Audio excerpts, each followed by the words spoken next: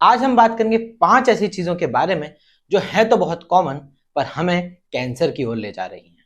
इसमें से आखिरी की 2 चीजें सुनकर आप चौंक जाएंगे। सबसे पहले इस लिस्ट में आती है पॉल्यूशन। ये हम सभी जानते हैं कि हम रोड पर निकलते हैं, गाड़ियों से बहुत सारी तरीके की गैसेस निकलती हैं जो हमारे फेफड़ों में जाकर हमें उतना ही नुकसान पहुंचा सकती हैं जितना सिगरेट का धुआं पहुंचाता है। इसके सॉल्यूशन के लिए मैं आपको यह सजेस्ट करूंगा कि आप जब भी गाड़ियों पर निकलते हैं तो आप एक अच्छा मास्क लगाएं जो आपको इन जहरीली गैसों को इनहेल करने से बचाएगा। इसी लिस्ट में दूसरा है प्रोसेस्ड फूड। जी हाँ, आज बहुत कॉमनली हम प्रोसेस्ड फूड खाते हैं, अब वो चिप्स हो, बिस्किट हो या इंस्टेंट नूडल्स। पर प्रोसेस्ड फूड को शेल्फ लाइफ बढ़ाने के लिए उसमें बहुत सारे केमिकल्स डाले जाते हैं जिससे उसकी शेल्फ लाइफ बढ़ती है। अब केमिकल्स चाहे गवर्नमेंट अप्रूव्ड हो या नहीं, अगर हम रेगुलरली थोड़ी थोड़ी मात्रा में भी ऐसे केमिकल्स कंज्यूम करते हैं तो वो हमें एक समय पर बड़ी सारी बीमारियों का शिकार बना सकते हैं। इसलिए हमें यह ध्यान रखना चाहिए कि हमें प्रोसेस्ड फूड कम से कम कंज्यूम करना पड़े और हम जितना हो सके घर का गर्म खाना खाएं। तीसरी चीज है परफ्यूम्स, डियोज और कॉस्मेटिक्स। जी हाँ, वैसे तो आपको एड्स में इस तरह दिखाया जाता है कि परफ्यूम्स आपको स्किन पे लगाने चाहिए, आपकी कलाई पे, नेक पे या इस तरह की जगहों पे, और डियो के एड्स में तो आप पूरी तरीके से डियो से नहाते हुए दिखाए जाते हैं। मगर परफ्यूम्स में फ्रेग्रेंस लाने के लिए बहुत सारे केमिकल्स को मिक्स किया जाता है जिससे उसमें इतनी अच्छी फ्रेग्रेंस आती है। और इतने सारे केमिकल्स का मिक्स जब हम अपनी स्किन पर डायरेक्टली लगाते हैं और वो अल्कोहल में मिक्स होता है तो वो तुरंत ही हमारी स्किन के अंदर एब्जॉर्ब हो जाता है और रेगुलर यूज के साथ वो केमिकल्स हमारी ब्लड स्ट्रीम में मिलकर कैंसर और कई सारी बड़ी बीमारियों का हमें शिकार बना सकते हैं। इसके उपाय के लिए आप ये कर सकते हैं कि कोई भी परफ्यूम या डिओड्रेंट्स कभी भी स्किन पर ना लगाएं, अपने कपड़ों पर लगा लें और वो भी कोशिश करें कि कपड़े पहनने से पहले कपड़ों पर स्प्रे कर लें और उसके बाद पहने, ताकि आपकी स्किन डायरेक्टली उन केमिकल्स के कांटेक्ट में ना आ पाए। चौथी ऐसी चीज है जो हम डेली बेसिस पे अपने हर खाने में रोज डालते हैं, जो है कि रिफाइंड ऑयल, रिफाइंड शुगर या रिफाइंड सॉल्ट। ये तीनों चीजों में से हम कोई ना कोई चीज हमारे डेली के खाने में डालते हैं। पर इसमें जो रिफाइंड शब्द है, उस प्रोसेस के लिए इन चीजों को बहुत सारे केमिकल्स के थ्रू गुजरना होता है।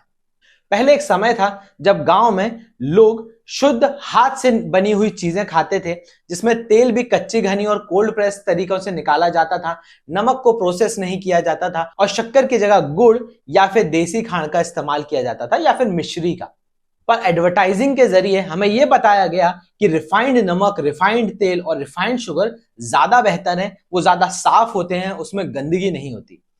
पर रिफाइनिंग के लिए जिन केमिकल्स का इस्तेमाल किया जा रहा है, वो केमिकल्स अगर हम डेली कंज्यूम करेंगे तो हमारे शरीर में जाकर बहुत सारी बीमारियों का हमें शिकार बनाते हैं, जिसमें से कैंसर एक बहुत बड़ी बीमारी है।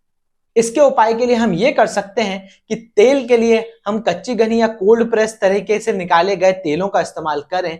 शक्कर को आप मिश्री या देसी खांड से रिप्लेस कर सकते हैं और जहां हो सके गुड़ से भी रिप्लेस कर सकते हैं। नमक को आप रिप्लेस कर सकते हैं सेंधे नमक से, या फिर अगर आपको सी सॉल्ट ही खाना है तो आप ऐसा नमक खा सकते हैं जो रिफाइंड नहीं है, जो मार्केट में इजीली मिल भी जाता है और सस्ता भी मिलता है। अब कई लोग कहते हैं कि नमक में आयोडीन होता है, अगर हम सादा नमक खाएंगे तो हमें आयोडीन की कमी हो सकती है। पर देखा जाए तो आयोडीन खाने की बहुत सारी दूसरी वस्तुओं से भी हमको मिल जाता है, हमारे शरीर को जितनी जरूरत होती है।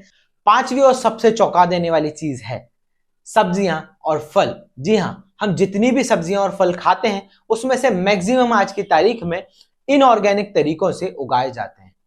आज न केवल खाद के तौर पर केमिकल डाले जाते हैं, पर मार्केट में ऐसे भी केमिकल्स उपलब्ध हैं जिनको फल और सब्जी के पेड़ में उगते ही पहले दूसरे दिन अगर छिड़क दिया जाए तो 1 या 2 दिन के अंदर फल सब्जी अपने पूरे शेप में, पूरे बड़े आकार में आ जाता है और उसको उसी स्टेज पर तोड़कर ट्रांसपोर्टेशन के लिए भेज दिया जाता है।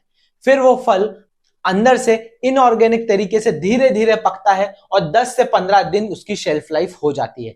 सिर्फ इसी शेल्फ लाइफ के लिए इन केमिकल्स का इस्तेमाल किया जाता है और दूसरा उसके प्रोडक्शन को बढ़ाने के लिए।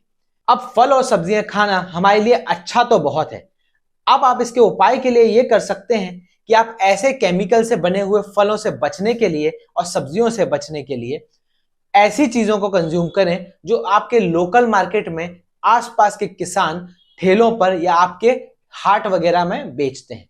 ऐसी सब्जियां वो आसपास गांव में उगा रहे होते हैं और जैसे ही उग जाती हैं वो आकर 1 या 2 दिन में इसको बेचकर चले जाते हैं, क्योंकि उनकी शेल्फ लाइफ उतनी ज्यादा नहीं होती। ये सब्जियां देखने में सुंदर और चमकदार तो नहीं होती, इनका शेप बहुत अच्छा नहीं होता, पर आपके शरीर के लिए बहुत अच्छी होती हैं। इसमें आपको नुकसान करने वाले केमिकल्स बहुत कम होते हैं, या तो खाद में फिर भी डाले गए होते हैं, पर एटलीस्ट ऊपर से स्प्रे किए गए ऐसे केमिकल्स नहीं होते जो अंदर एब्जॉर्ब होके आप जब वो फल सब्जी खाएं तो भी आपके शरीर में जाएं। फिर भी अगर आपको और अच्छा खाना है तो आप मार्केट में ढूंढकर ऑर्गेनिक फल सब्जियों को भी कंज्यूम कर सकते हैं, उससे बेहतर तो कुछ भी नहीं है। उसके सिवा आप अपने किचन गार्डन में छोटी मोटी सब्जियां और फल उगा सकते हैं, जो आप खुद ही ऑर्गेनिक तरीके से उगाकर अगर खाएंगे तो आपको पता होगा कि वो शुद्ध है और उससे जो आपको मिलना चाहिए वही न्यूट्रिशन मिल रहा है। आज मार्केट में इन सब चीजों को बढ़ावा दिया जा रहा है, पर ये सारी चीजें हमारे शरीर में कितनी सारी बीमारियों को बढ़ावा दे रही हैं, हम ये सोच भी नहीं सकते। समय आ गया है कि हमें जागरूक बनना चाहिए और मार्केटिंग और एडवर्टाइजिंग का शिकार ना होकर अपने लिए क्या सही है उसको चुनना चाहिए और अपने शरीर का और अपना ध्यान रखना चाहिए। अगर ये इंफॉर्मेशन आपको पसंद आई हो तो मेरे चैनल को सब्सक्राइब कर लीजिए और इस वीडियो को लाइक और शेयर जरूर कीजिएगा।